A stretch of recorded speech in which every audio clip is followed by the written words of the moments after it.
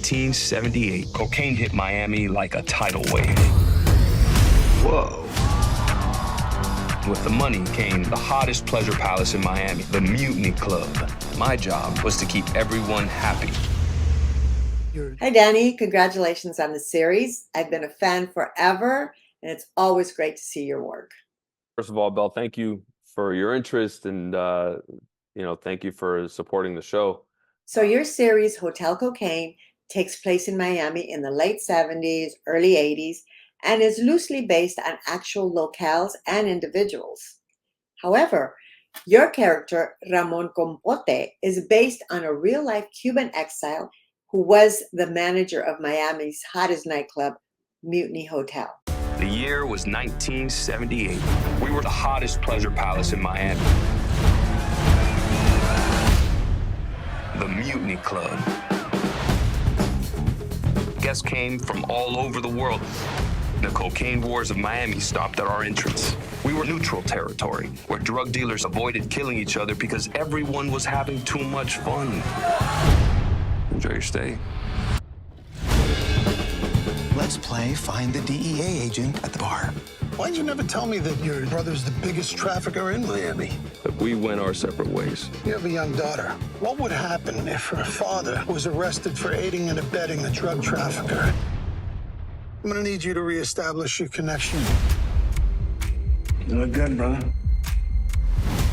You abandoned me. I didn't want to kill people so I could sell drugs. You're gonna have to prove something. What's that? That I can trust you. Your brother is a very dangerous man. You steal from me, you pay a price. I'm gonna get the information from you where you can kiss your daughter goodbye. Whoa. I need a new second in command. I'm gonna make you so rich. What's happening to this city?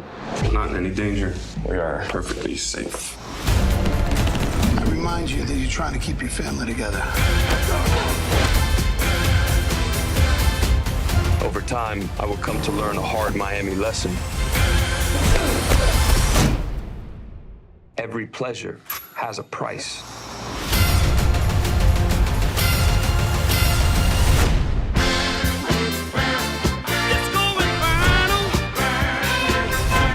Yes, the series is about Cuban drug dealers. It's about cocaine. It's about killings. It's about betrayal. However, the series is more than that. What would you add to the description of the series? Hotel Cocaine, just, the title notwithstanding, is really about family.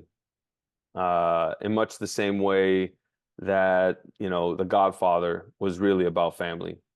And, The Sopranos was really about family.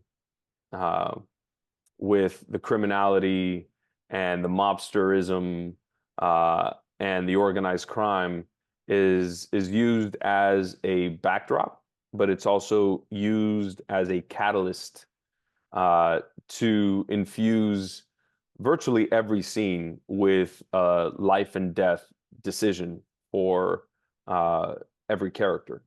And so, it is set in a very transformative time, a volatile time in the history of my hometown of Miami in 1978. And, those who know the history of Miami will tell you that, the decades of the 60s, 70s, and 80s were probably the most transformative for Miami, from being a sort of, quiet vacation and retirement spot to being the modern, cosmopolitan, sophisticated city that it is today. And a very small sliver of that history has to do with, what our show covers. And that is, the time of La Marimba, right? Los Marimberos, the cocaine cowboys. And, there have been multiple documentaries made, articles written I believe Griselda shows and highlights the mutiny as well, but the mutiny is also highlighted in Scarface. So our story is actually a story that is not going to be a surprise, especially given our title, to the people who uh, who watch the first episode. I think the surprise is that the title is a Trojan horse. Mhm. It's a title that is meant to be provocative and meant to let you know what the backdrop of our show is, but really what is being dealt with, and the main protagonist of our show is family. That I was going to ask you that later on in the interview, but I'm glad you touched on it. So let's talk about, because it is very like controversial in the title, but it is about family, as you say. And also, I want to go to your character. So you've played some good guy characters, the detective in Cold Case and Law and Order SVU. And so those were like the good characters that you've played, but you've also played the shady characters, which were, of course, in Mayans MC and now in Hotel Cocaine. But um, what would you say that your character in Cocaine is? A good guy or a bad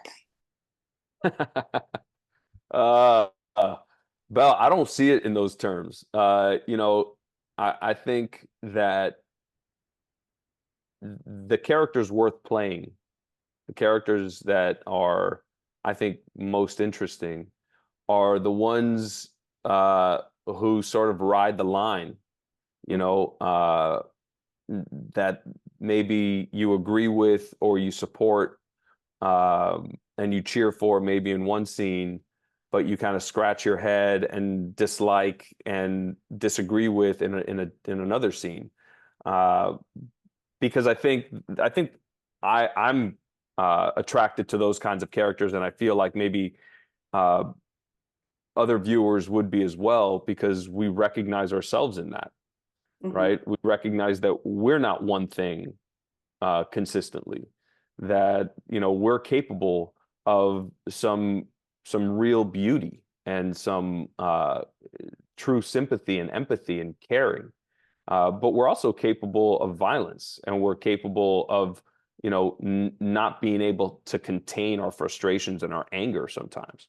And so I think relating to a character, whether it's on Cold Case or SVU, or whether on Mayans or now on Hotel Cocaine, what they all share, the DNA that all of those characters share, is great writing and being able to ride the line between, doing things that would be considered maybe more generically good or maybe more generically bad, but working within those parameters uh, to find ourselves maybe uh, representing humanity.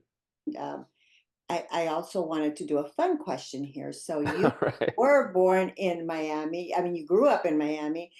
So you know the city, and you were around in the 70s and 80s, I imagine. Maybe you're not that old, I'm not sure. But I, how w- fun is I it, was. or how not fun is it, to wear the fashions, to transport yourself back into the 80s and to a city that you grew up in? It does a lot. Uh, Adela Cortazar's um, wardrobe design, it immediately uh, puts me, and I know our cast, it puts us all uh, in the same story, right? You can't help but, once you put on the polyester shirt with, the wide collars, and the flared pants and the platform shoes, and that really thick 1970s jacket, uh, and you put on the gold chain with the medallion, you can't help but be transported. Uh, and there's a real price to pay Just as a fun question, here's the fun answer. It's all fun and games until you walk out into 99-degree weather with 99% humidity in the Dominican Republic where we shot. And you realize I'm going to spend most of my day melting. That's what I was going to say, but also that's the type of weather you have in Miami, right? It's also Oh yeah. Oh yeah. No, it's identical weather. The Dominican Republic is a paradise, in much the same way that Miami is a paradise. And you know, our producers, Ivan Reynoso, in the Dominican Republic, did such a fantastic job of choosing locations. Guillermo Navarro, who's our, you know, producing director, of finding locations that would emulate locations in Miami in the 70s. I still remember Miami in the 70s, and I was a very young kid back then, but I still have memories of, you know, being in and among Miami in the 70s and 80s. And so there were definitely moments where I was on set and I felt like I was back there, not only because of the set and Raimundo Cabrera's art direction, but because of the wardrobe and the beach and the palm trees. And like we just talked about, the temperature and the humidity, it made me use a pañuelo, a handkerchief, throughout the entire shoot, which is something that my grandfather always had. And he always sprayed it with a little bit of vetiver, some cologne. So every time he used it, he would refresh his cologne, right? Do you use it in the show? I do. I always, I that was one of the things that I needed to have, and that I used every day whenever I would grab the pañuelo from my wardrobe. I would always spray it with some vetiver in homage to my grandfather, but also, you know, in homage to, you know, Cuban Americans from that time who would do the same. Wow. So let me try and get a little bit of a look into what's coming up. So you're almost halfway through the series, which people can always catch up on through the streaming services that they use. But what, if without giving away anything, what would you give me? What insight would you give me into what your character so far has not shown, a side of your character that we have yet not seen? That's a great question. I mean, that all depends on where people are, Belle, in the arc of our story. Right now, we have aired 5 episodes on MGM Plus. And so if people tune in right now, they'd be able to binge those 5 episodes on MGM Plus. And we release new episodes every Sunday. So the 6th, 7th, and 8th episodes will be released in the 3 successive Sundays from now.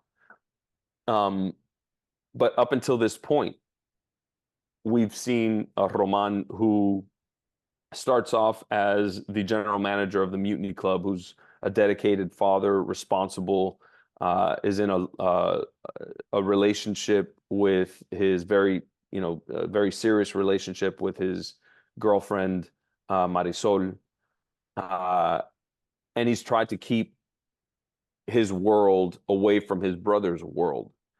His brother, played by Yul Vasquez, who is a fantastic Cuban-American actor, and his brother, Nestor, has decided to go into the more nefarious aspects of business, right? And he's become the biggest marimbero in Miami, the biggest cocaine cowboy in Miami.